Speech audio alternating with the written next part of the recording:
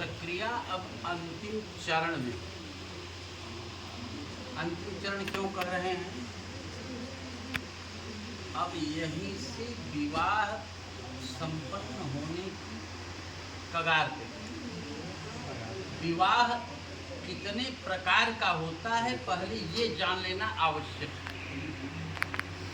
विवाह 8 प्रकार का होता है, समझ रहे हैं?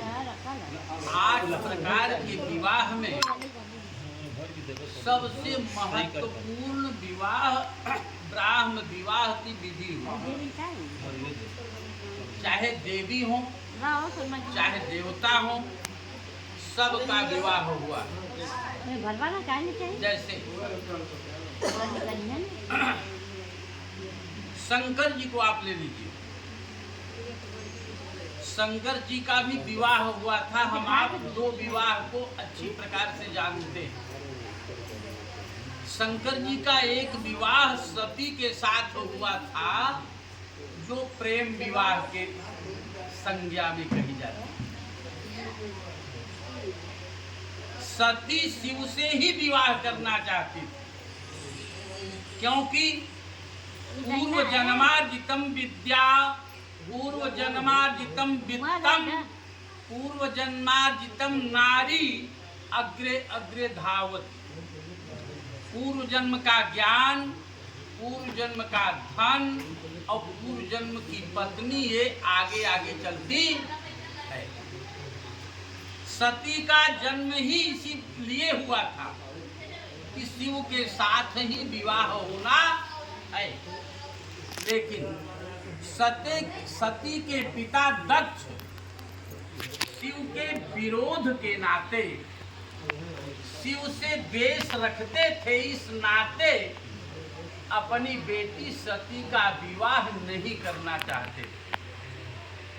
उसके लिए बहुत उपक्रम किया, लेकिन सती के अंदर इतना पति प्रेम था, पूर्व जन्म के व्यवस्थाएं इतनी जुड़ी हुई थी कि सती ने शिव के स्टैच्यू को, शिव के पत्थर की मूर्ति को अपना जयमाल पहना दी। और उसमें से शंकर जी सदेह निकल आए और शंकर जी ने भी सती को जयमाल पहनाया। लेकिन उसके पिता की अनुमति नहीं थी। इस नाते सती का विवाह संपन्न पूरी तरह से नहीं हो पाया। वैवाहिक जीवन में कितनी अड़चने आई, ये आप सारे लोग जानते हैं। वही सती अगले जन्म में पार्वती के रूप में जब जन्म ली, उसे अनुभूति थी जब तक माता पिता की सहमति नहीं होगी तब तक हम विवाह नहीं करूंगी। ये बात आई। पार्वती मैना और हिमालय की बेटी बनकर के आई, जिसमें शंकर जी अनेक रूप दिखाए। उन सारे रूपों को देख करके मैना भी विवाह नहीं करना चाहती थी, लेकिन पार्वती के अनुनय विनय पर शंकर जी ने अपना सामान्य रूप दिखाया और पार्वती की माँ मैना और हिमालय दोनों की अनुमति बनी। तब ब्राह्म विवाह की विधि से विवाह संपन्न किया गया। अब रही बात ये धान का लावा क्यों यूज किया जाता है, क्यों उपयोग किया जाता है, इसको भी जान लेना आवश्यक है। धान के बीज को तपते हुए बालू में हम आप डालते हैं। उस तपते हुए बालू के प्रभाव से धान के बीज को आप देखेंगे, लावा छोड़ दिया, लावा निकला है, लेकिन उसका छिलका जो है उसका साथ छोड़ता नहीं छोड़ता।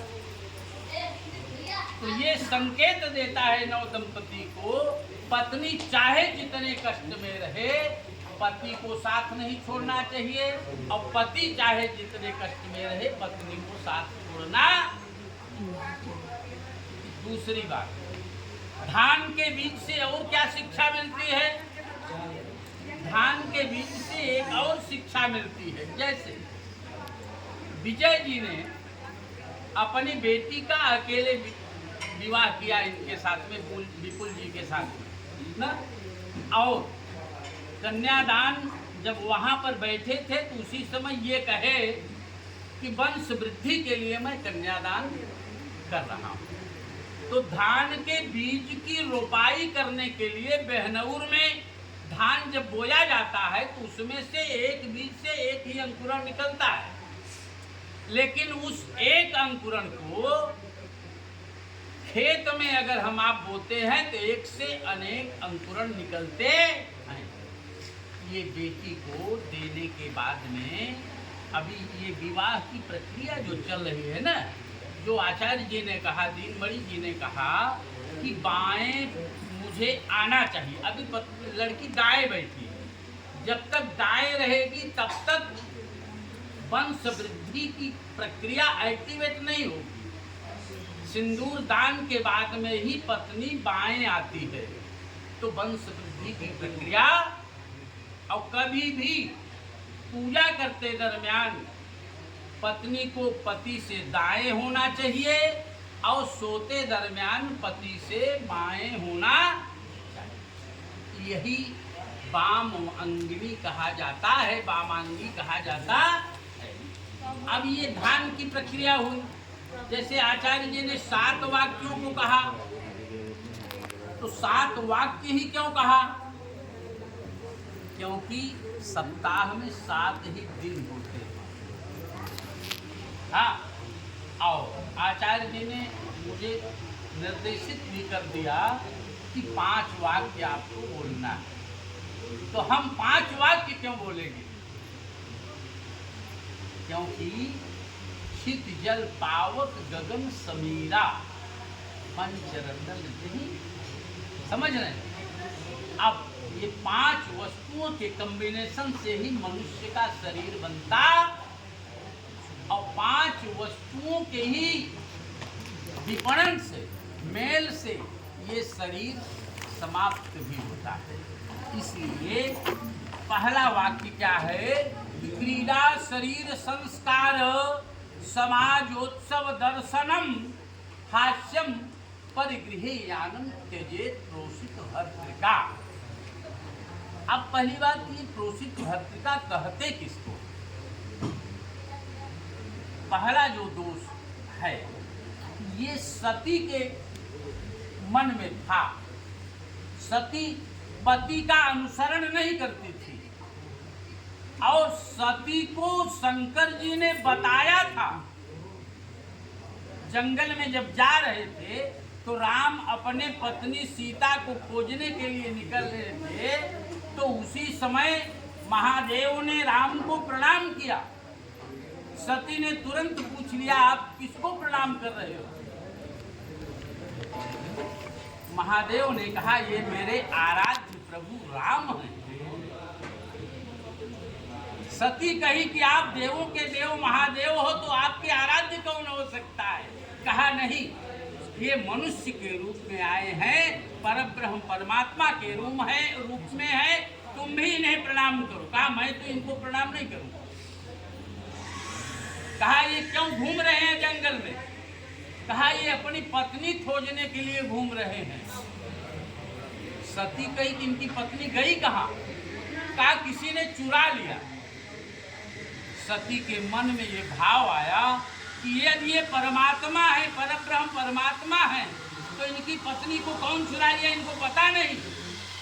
ये ठीक नहीं, मैं इनको नहीं मानूंगा, मैं इनकी परीक्षा लूंगी।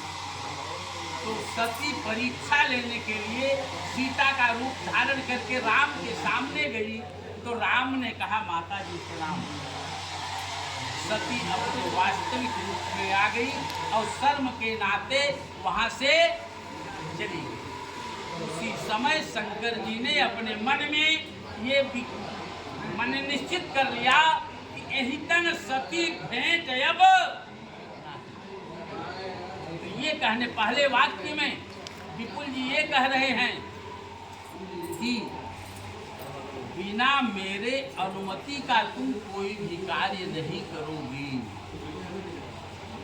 शंकर जी ने अनुमति नहीं दिया था कि माई के जाओ, नहीं दिया था, लेकिन जिद कर बैठी नहीं सही में तो जाने के लिए अनुमति दे दिया।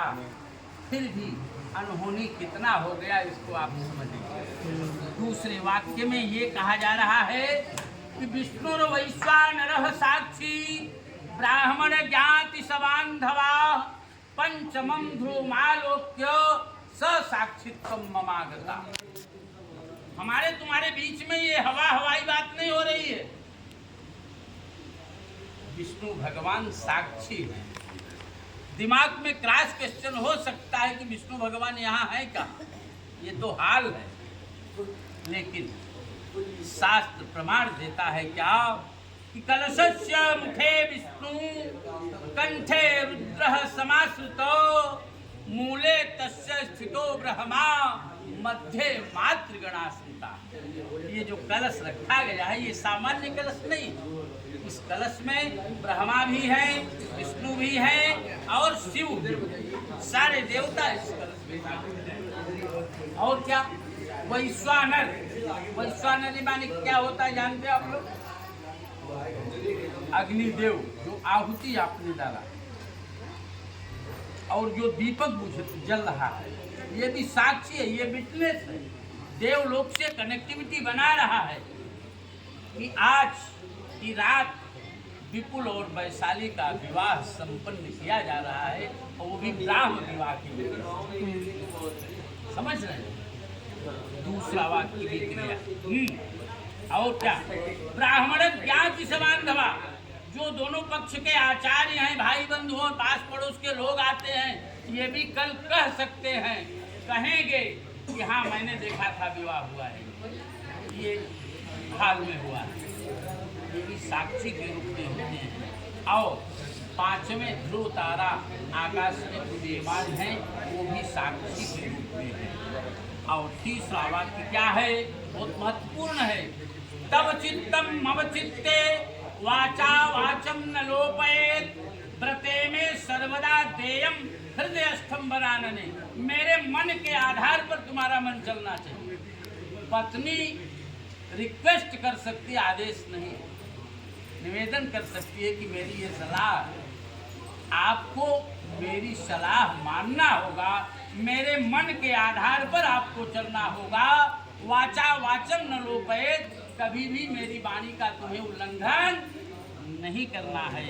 यदि ऐसा करोगी तो हम तुम्हें अपने हृदय में बैठाऊंगा। ये मेरा तीसरा वाक्य। चौथा वाक्य क्या है, मम तुष्टिश्च कर्तव्या बंधूनाम भक्तिमादरात् ममाज्ञया परिपाल्य शाम पातिव्रत धर्म परायणे।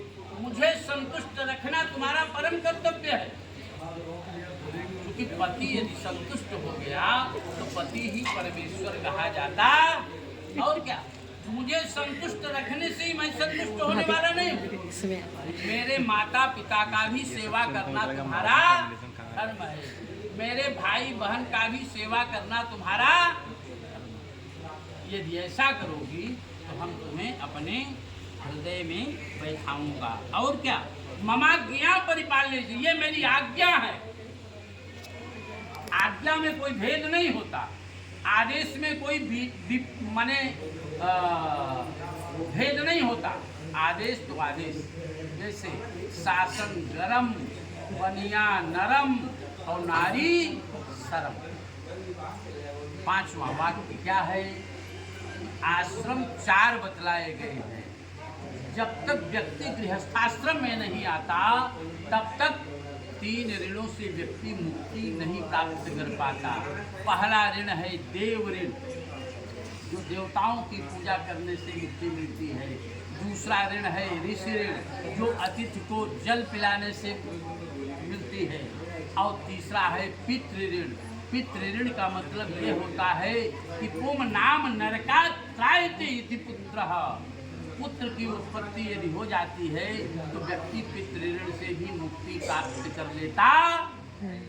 इसलिए बिना पत्नी कथम धर्म आश्रमाणाम प्रवर्तते तस्मात् त्वं विश्वस्ता भव वामांगगामिनी, पत्नी के बिना कोई धर्म कार्य होता नहीं है, इसलिए तुम मेरे वाम भाग में आओ, मैं तुम्हें स्वीकार करता हूँ। प्रेम से बोलिए यज्ञ नारायण भगवान की जय। दाहिने कंधे पे हाथ रखो, दाहिना कंधा राइट, बोलिए मम व्रते ते हृदयम दधाम, मम चित्तम अनुचित्तम ते अस्तु, मम वाच मेक मना जुखस्य प्रजापतिर दृष्ट्वा नियुक्ता मह्यम। ये आपका जैसे जो लोन देते हैं ना, उनका क्या रहता है वो रिस्ट्रिक्शन लिखो, वही ये समझ में आ गया आपको? आपने टर्म्स एंड कंडीशंस समझना चाहते हो? अब तो बोल दिए। आपने बताया कि बिना मम पढ़े। ते हृदय दधाम, जैसा मैं कहूँगा वैसे तुम्हें करना। मम चित्तम अनुचित्तम ते अस्तु, मेरे मन के आधार पर तुम्हारा मन चलना। मम वाच में मना जुखस, मेरी वाणी का तुम्हें कभी उल्लंघन। जिस प्रकार से देवताओं के गुरु बृहस्पति, उसी प्रकार से मैं तुम्हारा पहला गुरु हूँ। बोलिए यज्ञ नारायण भगवान की जय।